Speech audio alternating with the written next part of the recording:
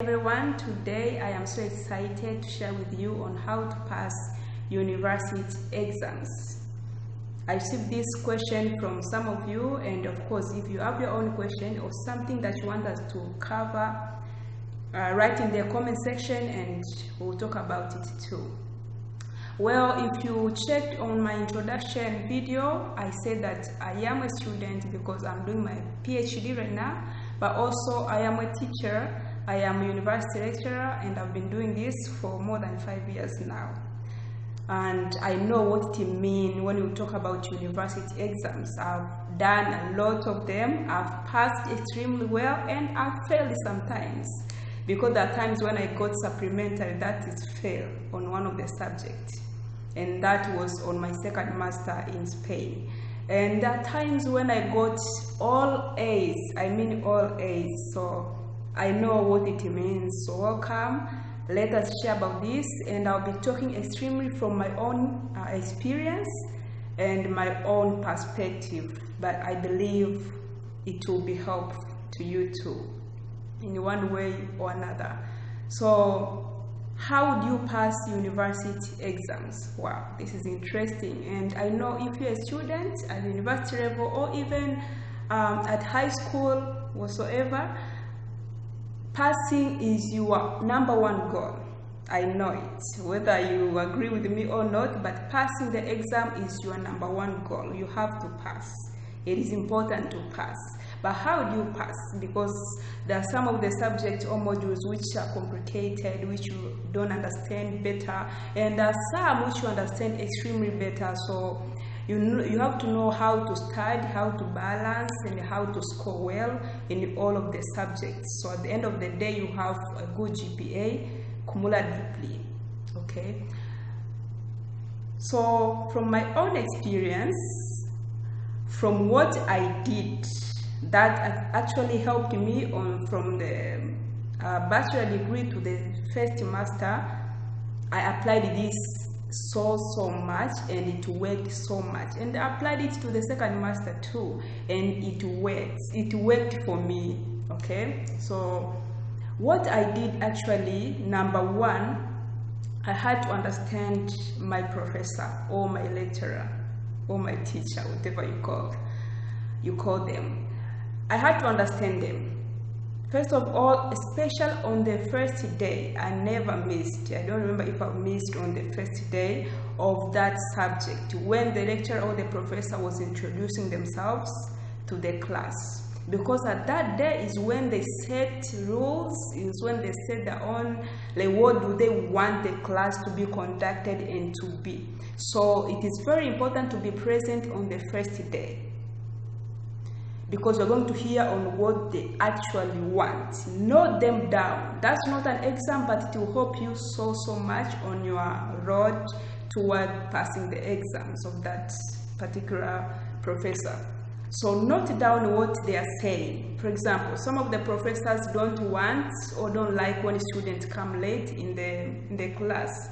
So make sure you come very early, at least 5 minutes before the lesson starts.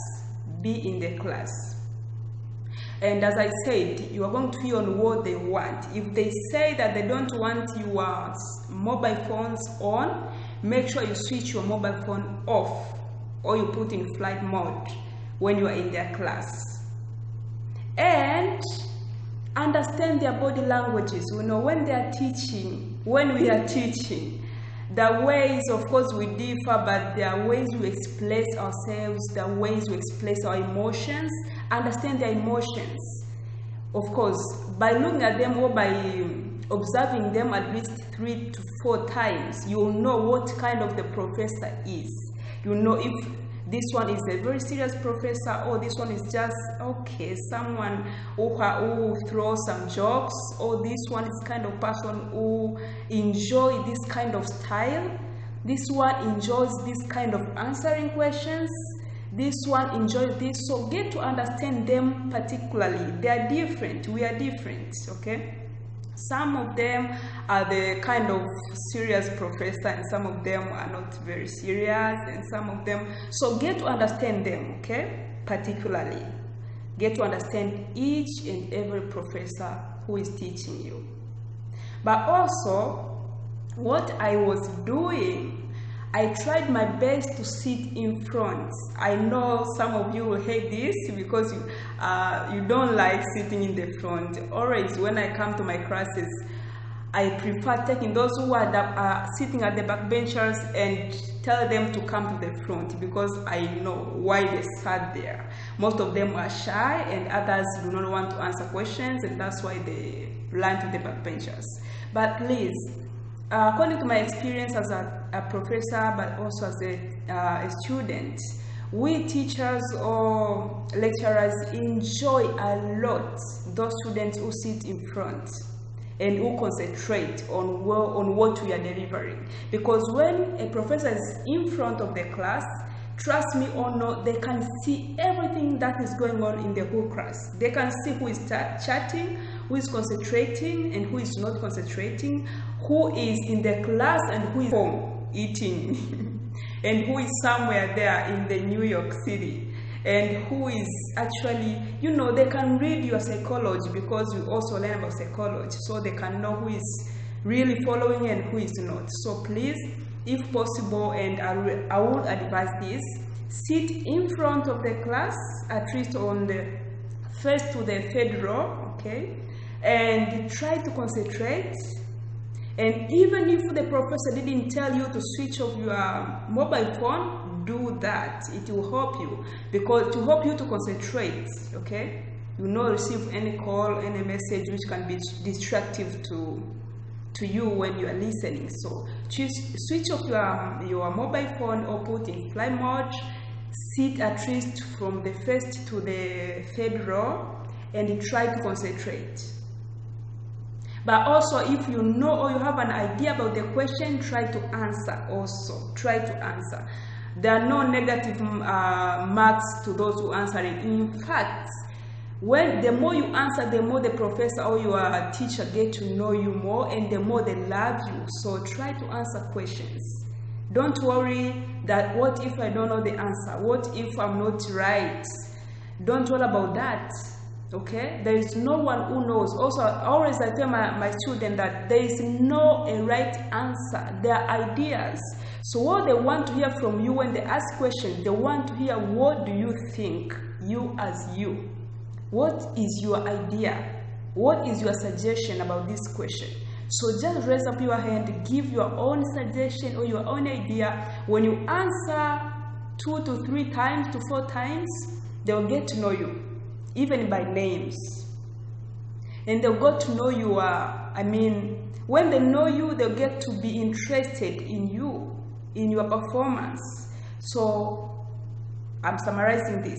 Number 1, get to know the professor, what kind of person they are, their character, and what do they like, what do they not like. Come early, 5 minutes before the subject starts. Sit in front.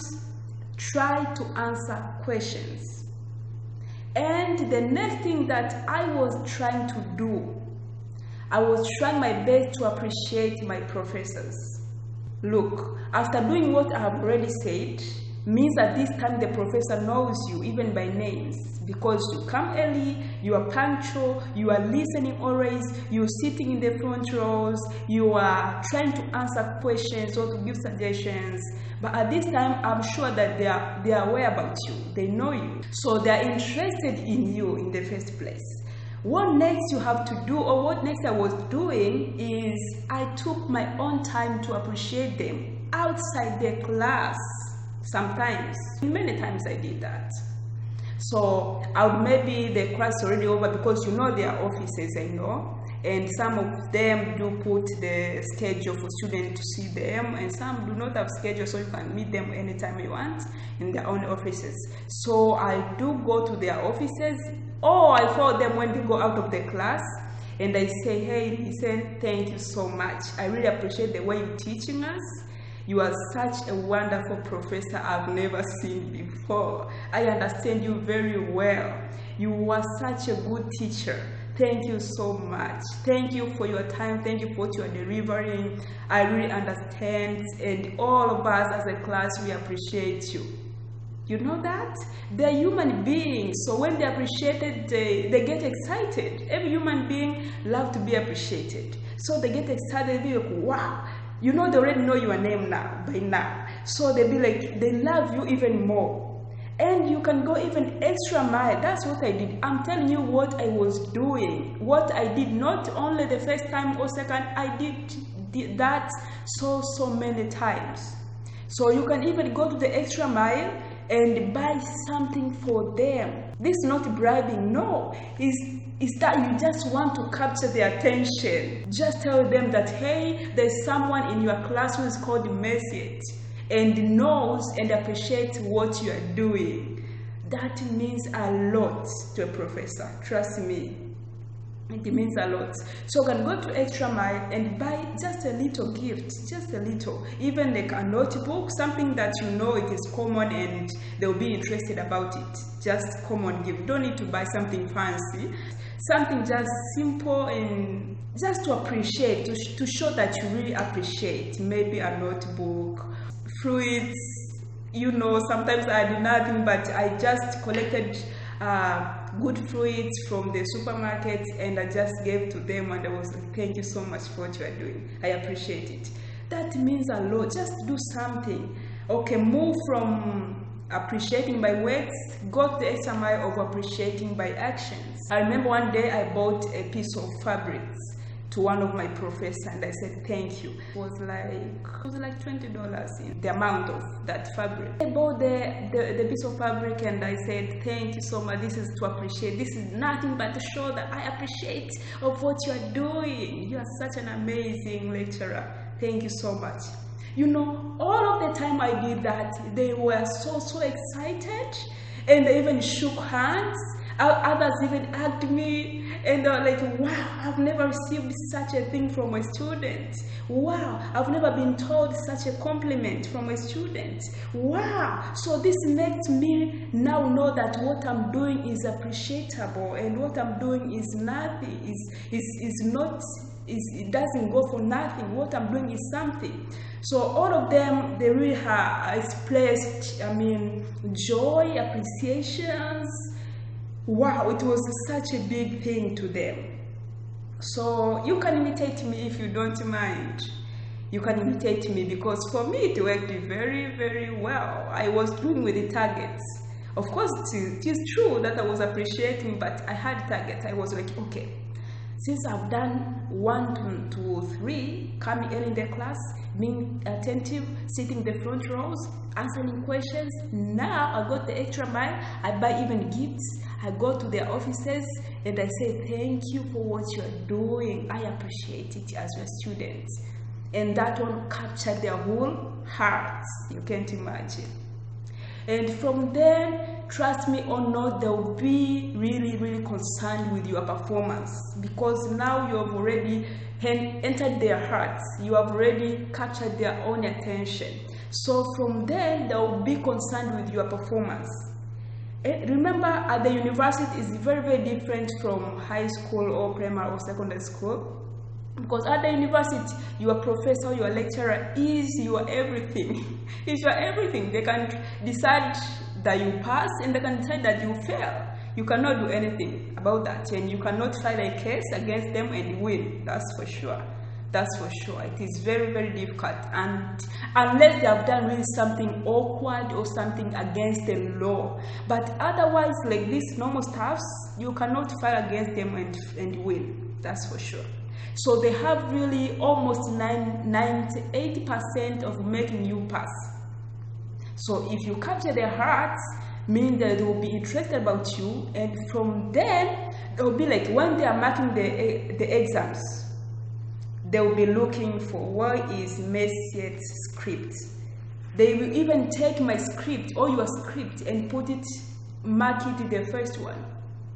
And they want to know, how much did Messiet score? And if it happens that you didn't score well, they will even, I have this experience when the professor or lecturer had to call me first when they thought I didn't perform to the maximum or to the extent that was needed. They had to call me and they were like, hey, this subject, economics, It's like you didn't perform to the maximum. Were you okay when doing the exams? Did you have any problem, any family problem, psychologically, or anything that was disturbing you? Didn't you prepare well? What happened? They were the one to find me first, even before the results were out. And I had to explain to them if I had any challenge. I had to explain to them, oh, it was like this. When I was doing the exam, I was not okay. Family-wise, or psychologically-wise, or financially, something was disturbing me. And after explaining to them, they had to find an alternative way to help me. Not giving me free marks. No, I've never given free marks, and I cannot give up free marks. They have to work for them, and you have to work for your marks. So when I had explained to them of what happened, for example, they found an alternative way to help me. Maybe to give me a markup test, or to give me a question which I had to attempt, and for them to mark it and to boost my performance or to boost my marks. So, or if that doesn't happen, if you receive your script, your paper, and maybe you didn't perform well, when you go to them, for example, you have a concern, be like you want to ask why this, why it was marked the way it was marked, they will be able to hear from you. They will be able to listen to you because now they know you and they're interested in you. Okay, so they will listen to you, and it will be easy for them to help you because now you already built a bond. You already built. It's no more student teacher. It is now like friendship. Okay, it is kind of friendship between you two. So it will be easy for them to help you, even if you have even a problem with another lecturer or professor. It will be even easy for them to help you talk with those professors about you. So I mean, this really, really helps. It helps a lot. It helped me, and I think it can help you too. So please try to build this bond, try to build this relationship, but try to build this kind of relationship, like a bond between you and your professor. Make them love you, make them be interested in you. Okay, if that is the case, then they will be interested in your performance, and they won't be happy to see you losing. They always want you to win because now you have differentiated yourself from the majority. Maybe you are the only person who appreciated, or you are the only person in the class who bought a gift for that professor. So you are different in one way or another. They will not be ready to see you losing, trust me. They'll do what they can to help you. And if they fail, they fail, but it will be on your side, not on their side. So you can also ask that what is the best way to study, because if you want to pass the exam, you should study, you should prepare for the exams. So what is the best way to study, or what the best way to prepare for your exams? Wow, this is also an interesting question, because there is no best way to prepare for your exams. There is the so-called knowing yourself, knowing your ability. We differ, that's true. The way you can study and the way you can understand, the way you can absorb materials is quite different from your friend. So don't follow the mob, don't follow others. Others, maybe you are living in the hostels, you may see maybe all of your roommates are going out for studying, are going out maybe in the class to study, or they're going for discussion. And now you are alone in the room, you're like, oh my God, I'm not studying, everyone is studying, what about me? No, get to know yourself. Some of children understand better when they discuss. They read, they study in groups. And some understand better when they study alone. Some understand better when they do, like, what can I say, they attend the classes. So some understand right away from the classes. They just need to do like a little revision, they are done. So if you understand yourself, to help you not follow the mob, it will help you also to be able to, to follow your own path and not follow what everyone else is doing. If you know that you understand better when you go to group discussions. Make sure you discuss. You have groups, and not only groups of people who understands the matter, who understand the topics. If you know that you understand better when you study alone, go to groups discussion, yes, but make sure you set your own time to study alone, to revise, because that's the best way that works better to you. But also there's this thing called Nightlizer and Earlylizer. By Nightlizer, I mean these are students who sleep very, very late and wake up late. I mean, they study better in the night times. They study better in the night time. So if you are this kind of student, make sure please, during the night when others are sleeping, use this time to study, because this is the best time when you understand better, and this is the best time when you are more active. But there are the second group of the early-lisers. Early-lisers are these students who sleep very, very early and wake up very early. So this student means at 9 during night, at 9 they're already asleep and they cannot do anything beyond 9 or 10 at night. So if you are this kind of student, sleep, don't worry. Even if everyone else is studying, just sleep, because you know yourself.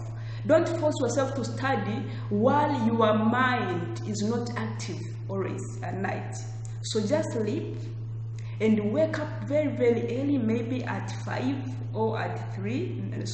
Maybe, yeah, you can wake up at 3. You can wake up even at 4 a.m. or 5 a.m. and then study until 7, and then get ready for normal routine of the day. So what I want to say here is, understand if you are a early-lizer or night-lizer. Understand yourself.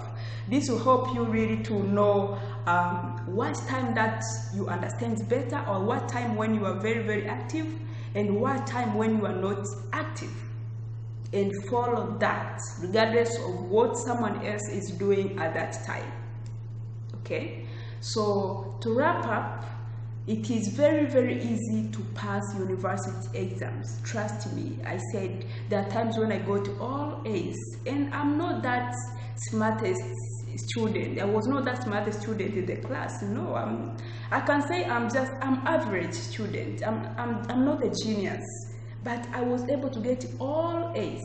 So it is very easy to pass university exams. Why? Because the one who teaches you in the class is the one who sets the exams, and is the one who marks the scripts, and the one who gives you the results. So if you are able to capture their attention, to capture their hearts, means it will be very easy for you to pass. But don't forget to study hard, okay? Study hard and smart. Study hard means make sure you set enough time to study. And by smart, I mean make sure you study according to what you know you are. If you're a person who understands better in groups, study in groups. If you are a night-lizer, study so much during the night and sleep until late morning. If you are early-lizer, sleep early, wake up very, very early, and study at that time, early in the morning. And you will perform very, very well. It is easy to pass university exams, easy than all other levels, or primary and secondary school level. Trust me, very easy. But also, if you got a supplementary, or if you got a fail or F, that's not the end of the world. And that does not mean you are not smart. No, you are not defined by what you get on a paper. You are not defined by A or F. You are still smart even if you got F. When I got a supplementary or F in one of the subjects, that was the first time in my life and the last time in my life to get an F or supplementary, to say that. But does it mean I was the dumbest girl in the class? No, I was not. I was still smart. I was still Messiet, who got A's one day. I was still Messiet. So if you got F, you got a fail, that means you are dumb. That mean you are not smart. You are still smart. It's only that maybe you messed up somewhere, or you didn't get it right. So pick up yourself, get ready, redo the exam if there's an option to redo, And yeah, you will pass. It is very easy, trust me. And I wish you all the best on your studies. Cheers.